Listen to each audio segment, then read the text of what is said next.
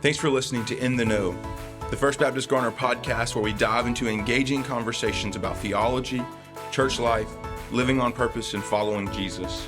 I'm your host, Pastor Alex, and I'll be joined by special guests, challenging what we think, trusting what we know.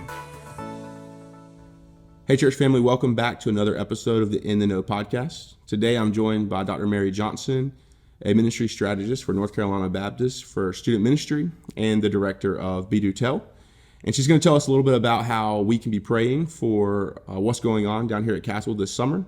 And so, Merrie, could you just open up by telling us a little bit about this year's theme? Yeah, the theme for 2024 is the good life. Talking about the Sermon on the Mount, we're going to look at Jesus' teachings and what he said is most important for us to be following. So we're excited about that, knowing that the good life means following Jesus with everything we've got, knowing what he put as important should be what you and I do as well. And what are the daily themes?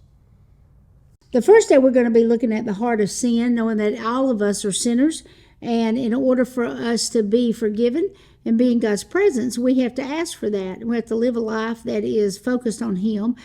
Worry is the theme for the second day. It's really focusing on this whole idea that this generation is an anxious generation. They are so concerned about things they really don't need to be concerned about at the age that they are.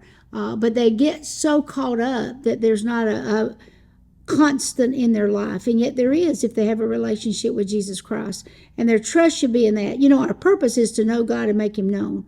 If I do that, then my whole life is focused. I don't have to get sidetracked by other things, and I understand that God is in control. And then the last day, we're going to be talking about ministry and missions, knowing that we got to go and spread the gospel. We've got to go and minister to those that are living in this generation to understand who God is and that he does have a personal connection with them. I think the new statistic is that 85% of those that come to know Jesus do so in their by the teenage years, and we want to make sure that our part of our ministry and missions is including sharing the gospel so that they have an opportunity to place their faith and trust in Jesus. Yeah, I think that's just incredible, partly because if they are a Christian and they're a part of a North Carolina Baptist church, then these students who are coming this summer are just as much NC Baptists, right, as the adults. That's right. And if 85% of people come to have faith in Jesus before their teenage years are over, then we need them to be on mission just like we're on mission. That's right. And so that's pretty fascinating to me, and I love that that's part of this summer's theme. Yeah, you know what's neat for me being in this is our 24th summer, that I'm watching each year that comes and goes, this same desire of these students to, do I have a relationship with Jesus? Do I need to have a relationship with Jesus? What's the purpose of all that? Why can't I just do my own thing? And you'll watch them through the course of the week really struggle with what do I believe and why do I believe it? Well, to me, that has increased over the last couple of years. Maybe the COVID stuff, maybe it's just the anxiety level, but they are so curious to know, okay, when my time here is over, where am I going and how do I get there? And for most of us, we just don't even think about talking those language or that language, but we need to. We need to make sure they have a peace in their own hearts that by following Jesus Christ, my eternity is secure. Yeah, we hope that all the students that come this summer have that understanding.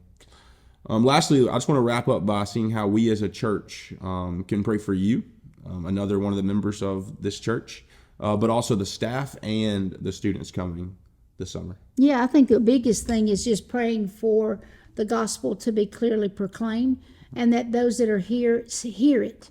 That they don't just, sit here and go, oh, heard that, been there. God, that's what my church talks about. But that they'll actually do inventory in their own life to know, have I ever placed my faith and trust in Jesus? Have I made that decision so that I know without a shadow of a doubt if my time on earth ended tomorrow, I'd be in the presence of God? That's hugely important for this generation to grasp. I think so much so they just assume, it may happen, but I'll be old by then. that I can do whatever I want to. But none of us are guaranteed that. And since we already know 85% make a decision for Jesus in their teenage years, we need to make sure we're doing that and doing it very clearly for them.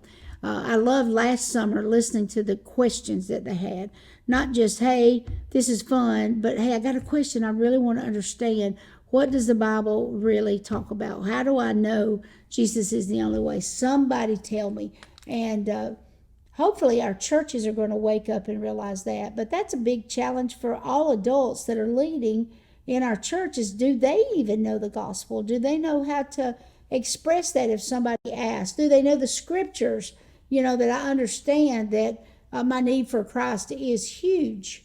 But the only way I can do that is by praying and submitting to who Jesus is and what he's done for me.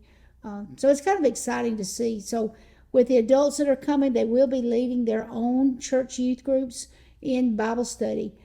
We made that change after COVID, and it's been a good change because they're learning where their students are. It's not a guess anymore. They can know exactly what their students are dealing with, where they are spiritually, and how they can even make some changes back at home in their church. So that's been fun for me to realize the sweetness, the power of the gospel. But yet we as church leaders have to step up and do our part. We can't just sit around talking about football in Sunday school. We got to be talking about salvation and how Jesus is that only way to have eternity with Christ. Yeah, so it sounds like to me, two of the main requests that I heard there was that the gospel be proclaimed accurately and boldly in all that is done, from the small group leaders from churches to the proclaimers or the preachers that step on stage, to the band, to the dramas, to all the other little elements that are crafted in, that'll be boldly and rightly proclaimed. But then two, that the people, the students and the leaders, would hear and surrender to Jesus.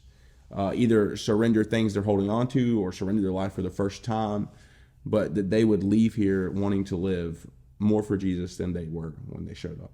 Yeah, that's the thing for me in all these years of doing this is, are they getting it? Do they realize it is them saying to God, I want to follow you. I've got to make that decision. It's not what my parents believe. It's not what my friends believe. It's that I have to make this personal decision to follow Jesus Christ, meaning I'm going to give my life to the gospel and then live on mission, being able to share that wherever they go. Think about it. Once they graduate high school, if they're going to college or the work world, all of a sudden they're with people that may not have any connection to church, a relationship with Jesus. They don't even have a connection with church. They're with people that are from all over, that they could be a positive influence on their lives. But we got to train them now. And that's what all the stats show us, is that having that relationship solidified before they graduate high school is huge for them to live a life that is sold out for Christ. Absolutely. Thank you for your time. Yeah. And we'll be praying for you this summer. And that's what we're asking for you, First Baptist, is to join in praying together for this team and for the gospel to be proclaimed and for lives to be transformed this summer here at Caswell. Go God!